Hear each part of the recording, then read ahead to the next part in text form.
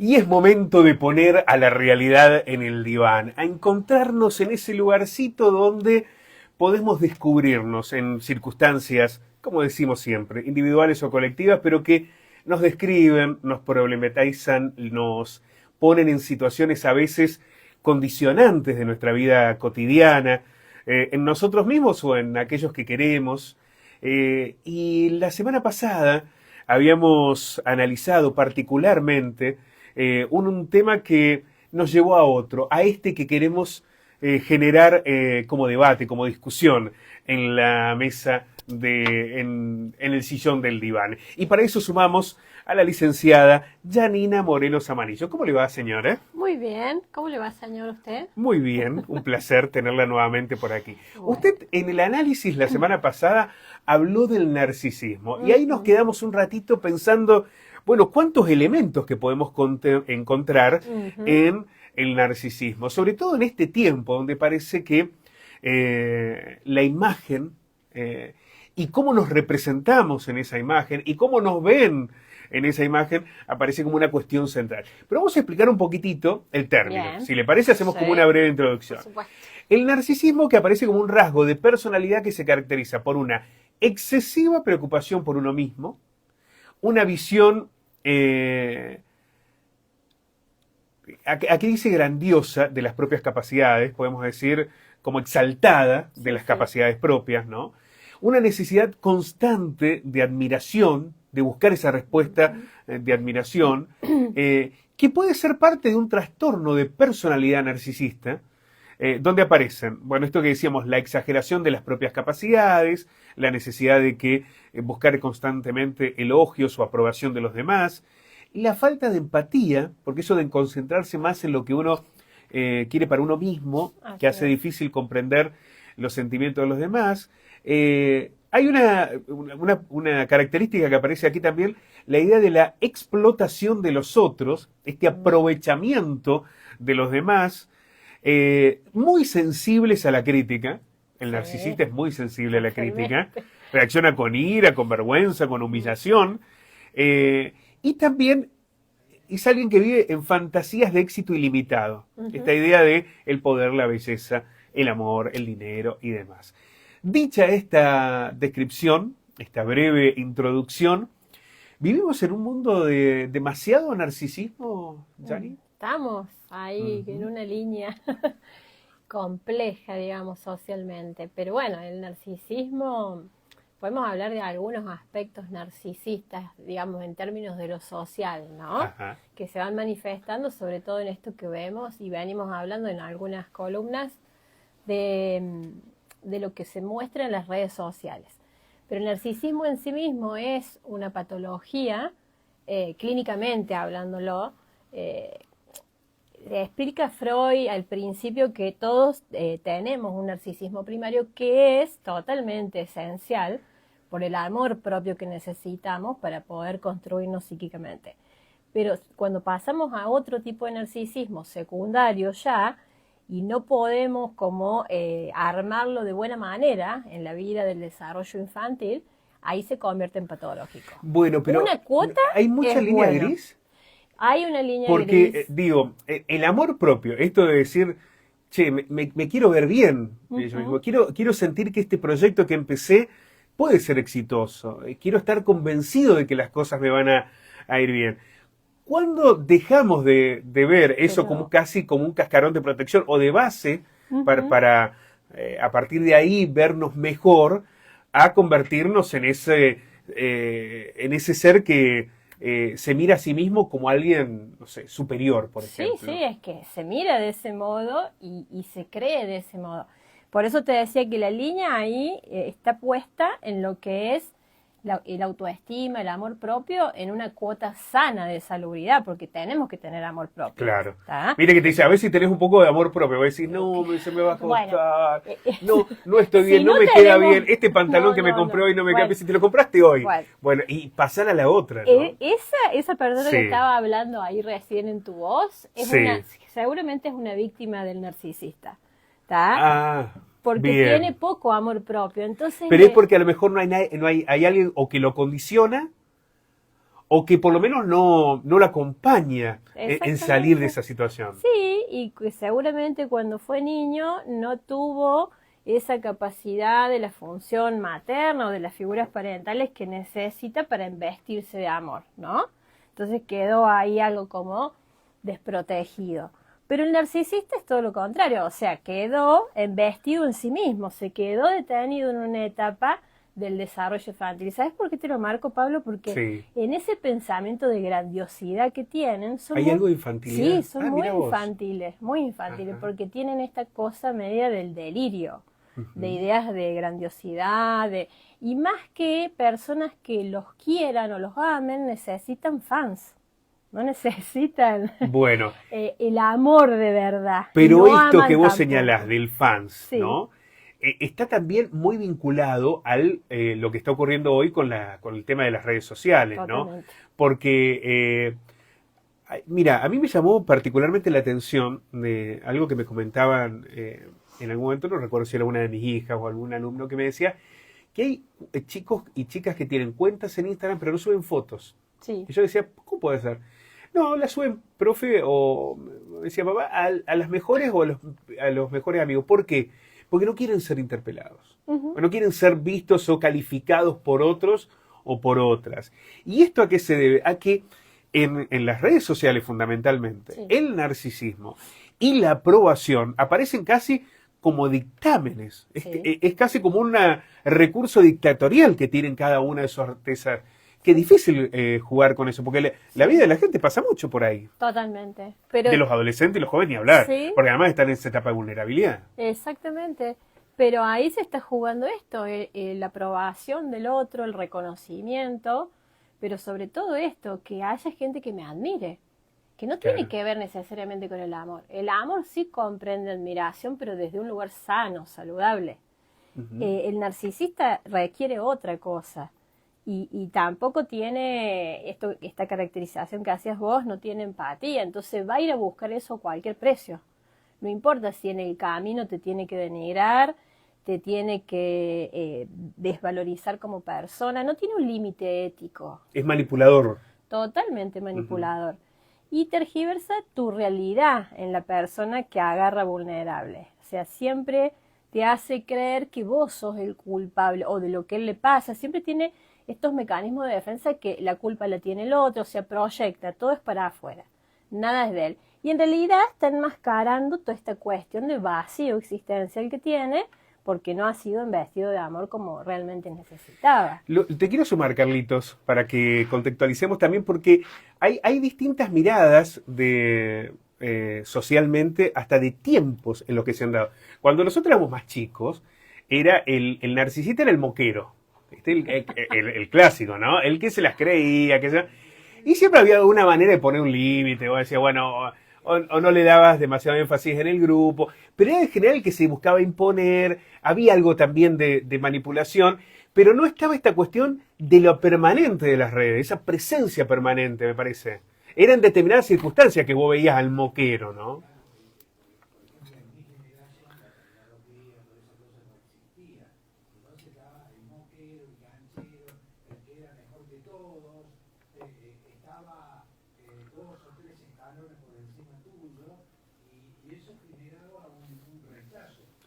Uh-huh.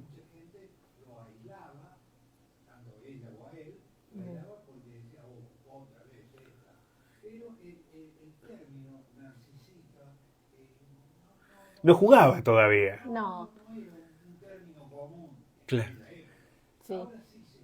Porque a mí me parece, Yanni, en esta descripción que es muy valiosa que hace Carlitos, que en aquel momento era la cuestión puntual en la que vos te enfrentabas a ese escenario del narcisista. En cambio, ahora es la permanente presencia, ya sea en las redes, demás, que te condiciona mucho, porque vos podías decir, bueno, si el narcisista o aquel que tenía una cuestión predominante era muy condicionante de tu vida, bueno, a lo mejor no lo invitabas a jugar al fútbol, no lo invitabas al bar, ¿no?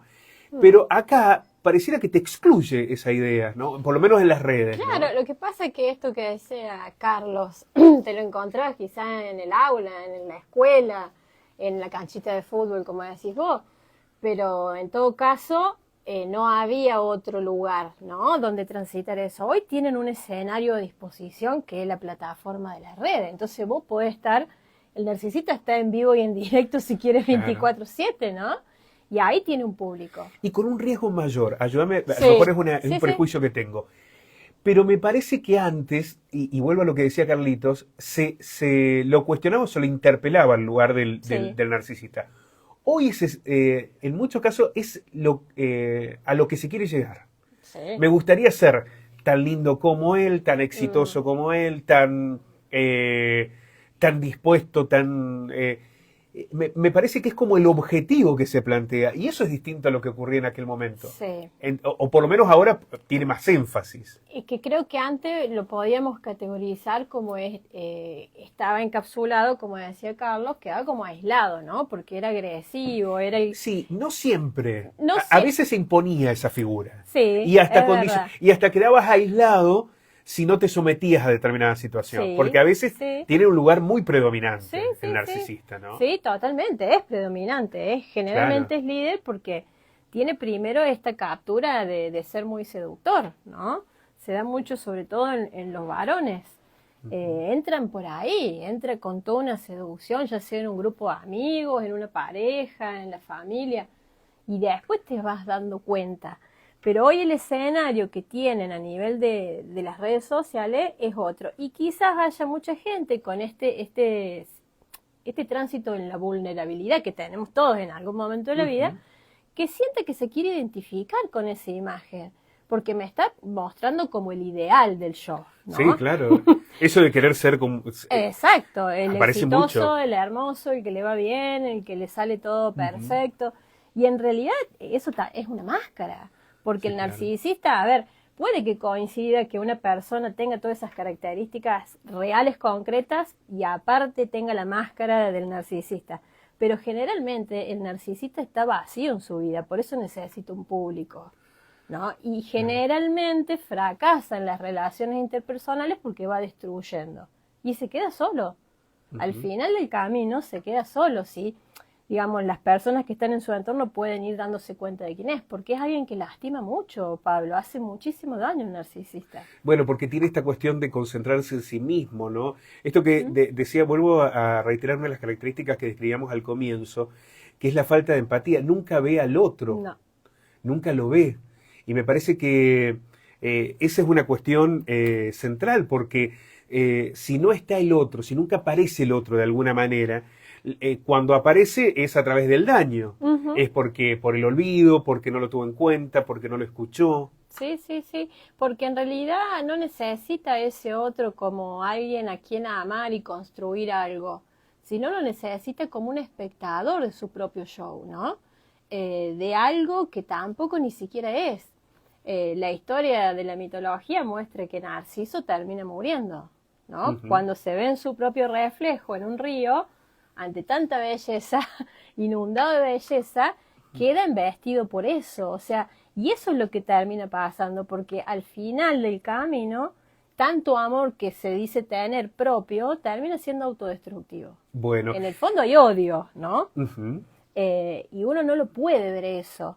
Pero hoy yo creo que estamos transitando un momento donde no nos damos cuenta. Yo por ahí cuando decía en el otro programa esto de que hablamos de la sociedad un poco narcisista, es que estamos en esos lugares a veces.